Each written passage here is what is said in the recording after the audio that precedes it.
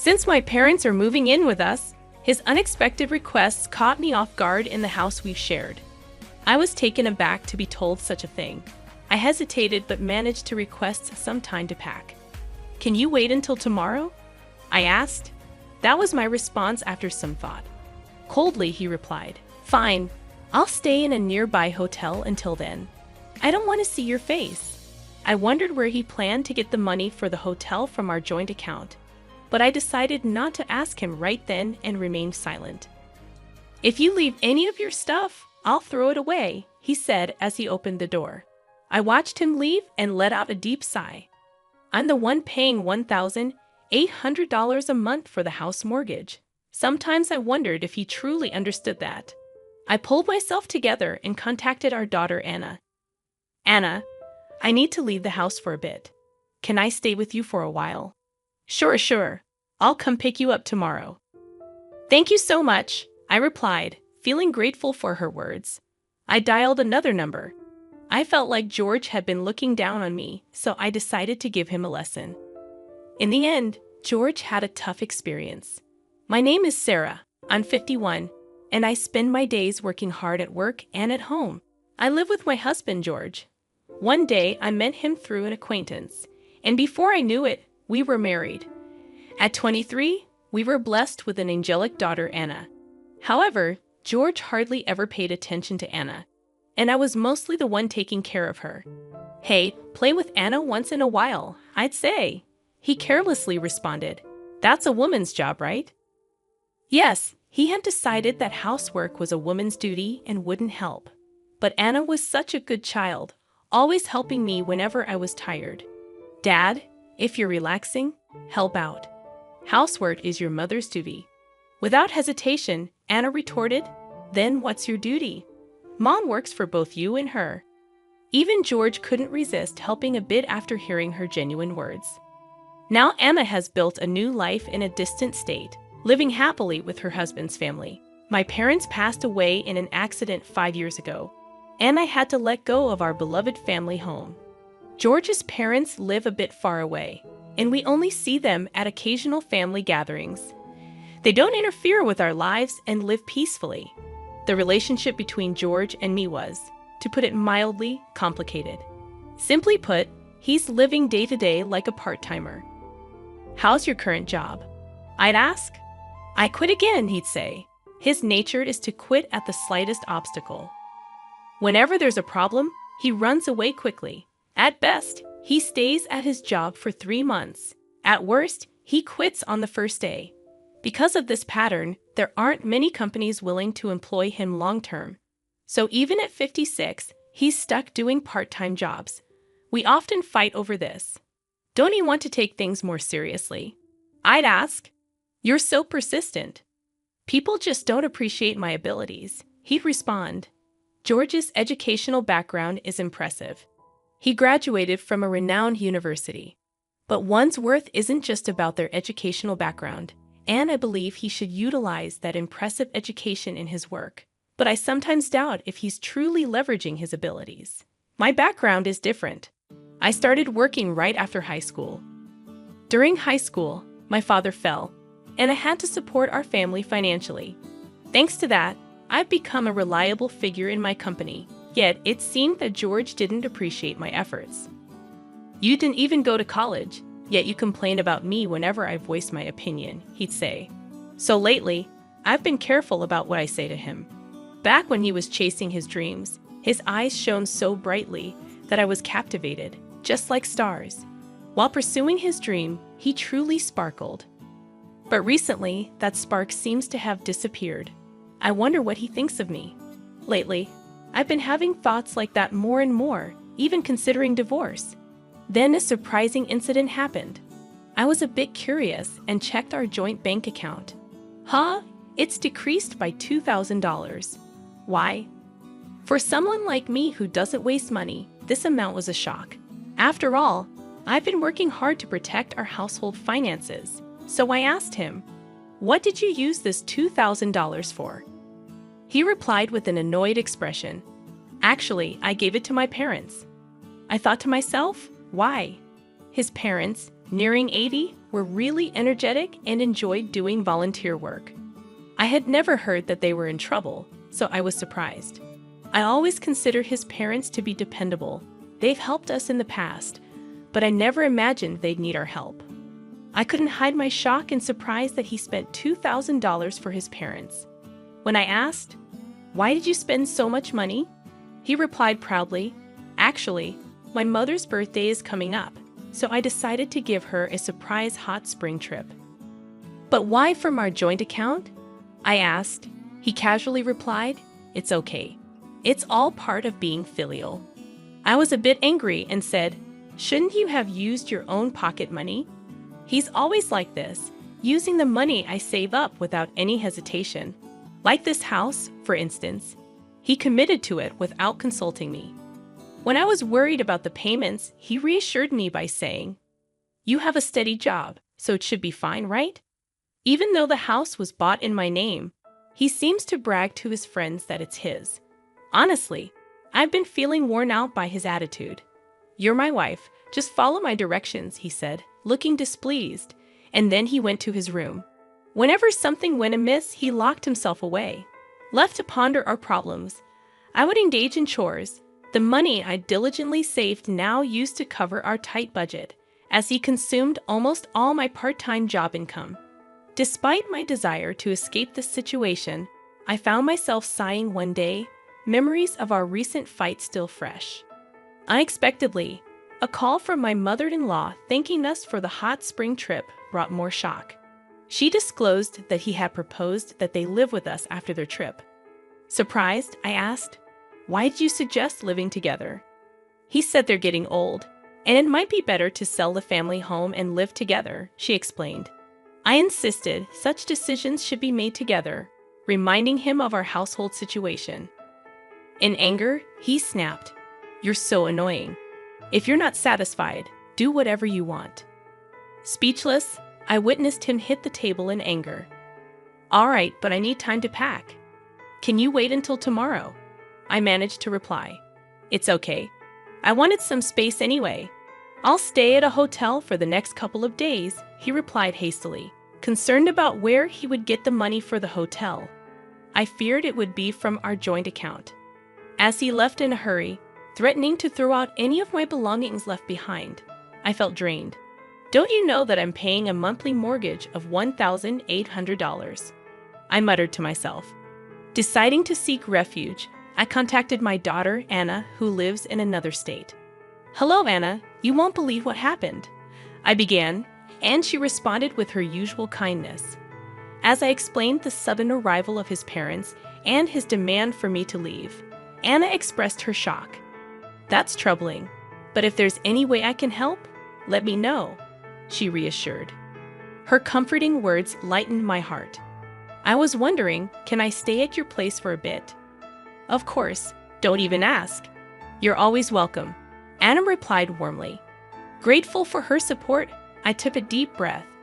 After hanging up, I decided to go to Anna's place, but it wouldn't end there. I had my own plans, so I made another call to solve one more problem. It seemed like he was underestimating me. And if that was the case, maybe I'd give him a little surprise. The next day, George found himself in a much more difficult situation than expected. His home, once a source of stress, now felt like a true sanctuary for the soul. For the first time in a while, I had a genuinely relaxing moment. Taking a break from work, I enjoyed some me time, basking in the warmth of my daughter and her husband's family, who warmly welcomed me. The bond within the family felt incredibly special, especially after my mother-in-law's passing. Even my little granddaughter, initially wary, reached out to play with me, her voice calling me Grandma oddly comforting. In the midst of this peaceful time, my mobile rang, and looking at the notification, I thought to myself, I knew it. I answered, and George, sounding frantic, asked, "What happened?" "The house is a mess." Suppressing a chuckle, I replied, "That's because, like you said, I removed almost everything." Perplexed, he inquired, "What do you mean, almost everything?"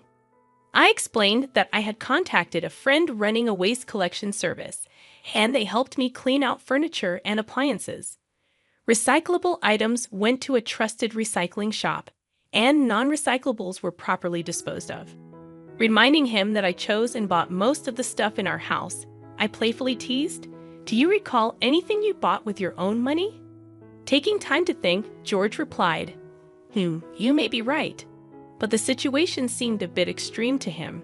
At that moment, Anan approached me, taking my phone with a smile, saying, "Mom, let me borrow this for a bit." Switching on the speaker, she addressed George. "Dad, it's Anna. It's been a while." Her cheery confirmation puzzled George, and with a serious expression, Anan asked, "Dad, why has it come to this? Mom has always been the backbone of our home and supported us. What about you?" Her words weighed heavy, and tension filled the room. Curious about George's response, I decided to be straightforward. "Enough. Tell Sarah I'm seriously considering a divorce." "Are you serious? What do you plan to do, Mom, if it comes to that?" George's voice carried sheer astonishment. My unexpected response seemed to catch him off guard. He appeared a bit too self-centered. "I'm open to a divorce, really," I reiterated, responding to his apparent disbelief. Recalling our marital life, I remembered how I took care of our finances while he spent freely. Money-related arguments were not uncommon. "It's okay. I get it. Just make sure to transfer the house's name," he said. "Sure, the house is yours now." "All right then. I'll prepare the necessary documents." "Thanks." After ending the call, Anna returned my phone. Concern showed on her face, but her smile was kind and understanding. "Mom, are you sure about the house? You bought everything with your salary, right?" "Well, there's nothing to worry about." Actually, when I told Anna the truth about the house, she burst out laughing. I explained, "Indeed, I acquired that house with my money, but there's still a mountain of unpaid mortgages. The amount of those mortgages is many times George's monthly salary. I can't imagine him paying that every month." "I see. You're really amazing, aren't you, Mom?" Anna praised. "I've been working behind the scenes a bit too, so Dad will probably get into a fix soon." "What do you mean?" I asked. "Actually, I've become very close with Grandpa and Grandma, so I get a lot of information." Anna winked playfully, flashing a mischievous grin. Unlike me, she highly valued her relationship with her grandparents and frequently kept in touch. After Anna reached out to her grandmother, things quickly escalated. My in-laws decided to cut their trip short and came to apologize to me. "Sarah, we're truly sorry. We should have explained our situation." They gently elaborated on the recent chaos. The decision about selling their family home was true, but the reason behind it was because they were planning to move into a senior facility. They were currently waiting for a room to open up in the retirement home, and for the brief interim, they needed a place to stay, which happened to be our house. Upon hearing their wishes, George suggested they all live together with him. Although my in-laws were worried about causing me inconveniences, George told them Sarah fully agrees. In fact, she suggested it. Thus, they seemed convinced to move in. However, I never agreed to any such thing. My relationship with my in-laws was quite ordinary. I would never make such a bold proposal. So, it was all Dad's cunning idea, Anne remarked, looking exasperated. My in-laws, resembling parents apologizing for their child's mischief, seemed deeply remorseful. Afterward, they were furious at George. Their eyes brimmed with the question, "Why would you do such a thing?" They concluded by seemingly cutting ties with their son, distancing themselves from him. Later, they deeply apologized to me and left in a somber mood. Honestly, I think my in-laws are decent people. They seemed financially stable, having aided in George's expensive university fees. "Hey, you think Grandma and Grandpa's parenting style is a bit too liberal?" Anna asked me curiously. "Why do you think that way?" I responded. "Well, they could see Dad not working, but they didn't say anything. Plus, he seems to have inherited their personality." True, George always appeared quite indifferent towards me. My in-laws seemed absorbed in their volunteer work and hobbies, drawing a line between them and our family. However, maybe that's not unusual. I was always worried about you, Anna, and occasionally called you. Perhaps my in-laws' leniency influenced George's selfish behavior, but George is an adult. He shouldn't let little things upset him and should act responsibly. It had only been a month since our divorce when my phone rang again. I noticed George's name, someone I considered part of my past, with a slight frown. I answered, "What now?" "We have nothing left between us." "Listen, it's about the house mortgage." Panic and confusion filled his voice. Apparently, he had received the next mortgage statement. I had diligently paid $1,800 every month, but he might have been unaware of the amount. "It says $1,800 a month. Unbelievable." "Yes, I've been paying it properly. You graduated from a good school, right? You can manage that, can't you?" I could understand his shock. George's income was just over $1,200 a month, and given his spending habits, he barely saved anything.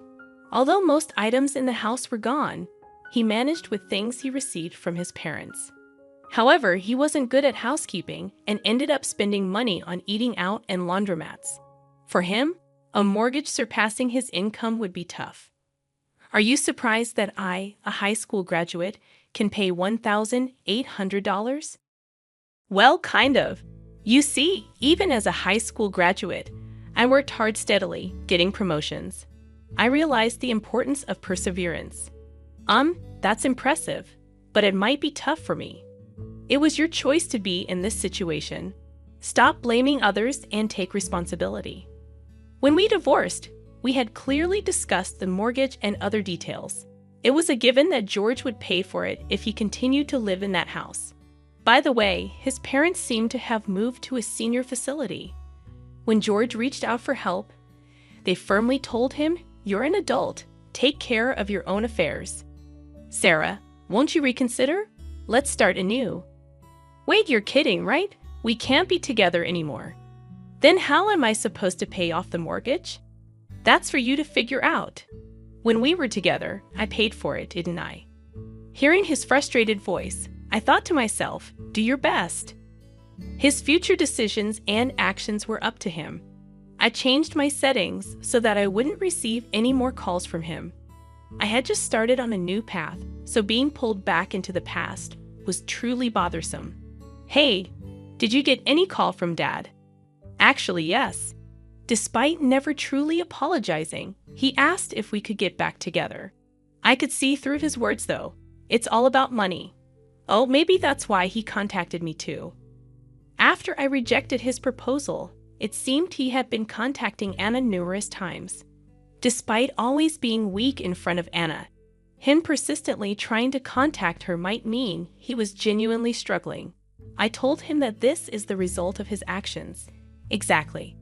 Also, now that you finally have the peace you deserve, Mom, I told him sternly not to cause any more trouble. Thank you so much, Anna.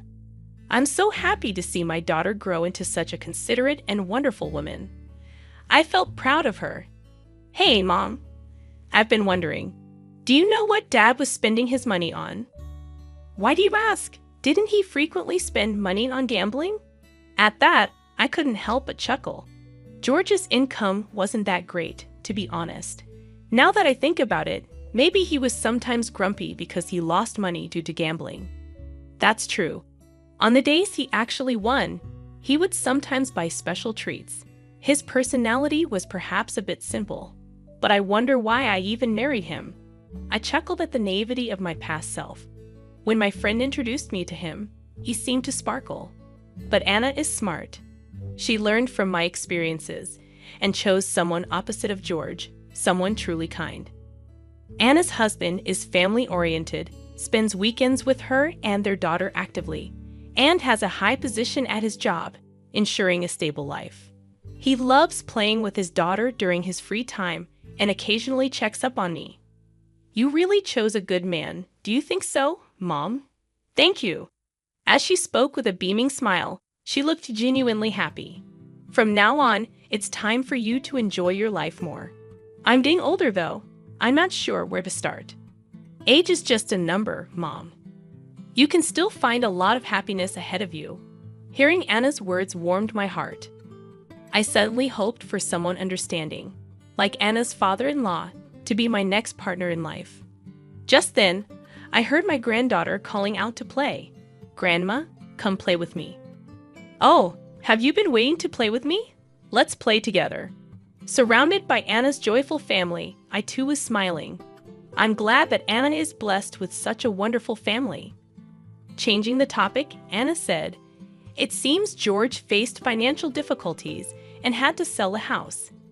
He used the money to pay off some debts, but moved to a cramped apartment. He struggled to find a stable job, and his debts only grew. Eventually, he couldn't even pay rent and ended up living on the streets. One day, I heard shocking news that he was taken away by a shady group. His path was indeed a result of his own choices. George's parents felt deeply remorseful. They didn't want to burden me anymore. They sold their house and used their savings to pay for a facility. They also ensured their inheritance would go to me. I don't need this much money, I told them, but they insisted it was their apology. In the midst of all this, with a bit of financial freedom, I considered moving out of Anna's home. But, Mom, you can stay here. I certainly don't want to bother you and your family, Anna. Actually, my husband and I were talking about living together with you." "Really? It seems you've always cared for me." After discussing it with her husband and father-in-law, they planned to invite me to live with them. And then I received the invitation at just the right time. So, Mom, don't be too concerned. Just have fun playing with the kids, okay? Thank you, Anna. My granddaughter had taken a real liking to me due to Anna's husband's background of being raised in a single-parent household with his father. He warmly welcomed me into their home, and his father-in-law also expressed his wish for me to live happily. With that kind gesture, I decided to move in with them. Previously, money was tight, so I had to work. But now, with the help of Anna, her husband, and her father-in-law, things have become much easier. And here's some exciting news. Anna is expecting her second child. In the meantime, I've been helping around the house, playing with my granddaughter, and spending my time that way. Anna's father-in-law also helps with household chores just like me, so we have a fun time together doing things around the house. Whenever I do something, the family always says thank you, and that makes me very happy. Unlike my previous husband, this family openly expresses their gratitude each time. I truly feel fortunate. When asked how I get along with my father-in-law, I replied with a smile, "I want to spend my life with him forever." "That's good. It feels like a new family," Anna said gently, rubbing her belly. With Anna in my life, everything has become much brighter. Meeting her might be the only thing I'm thankful for regarding George. Oh, with that thought, I'm motivated to do my best for my family today as well.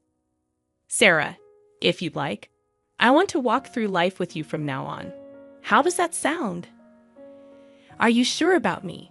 If so, of course. Let's be together. I responded to his words like this. I've regained my confidence. I was on the verge of forgetting my own worth, but his words made me realize its value again. I believe that as a family, we'll face many happy moments and challenges together from now on, and that truly warms my heart.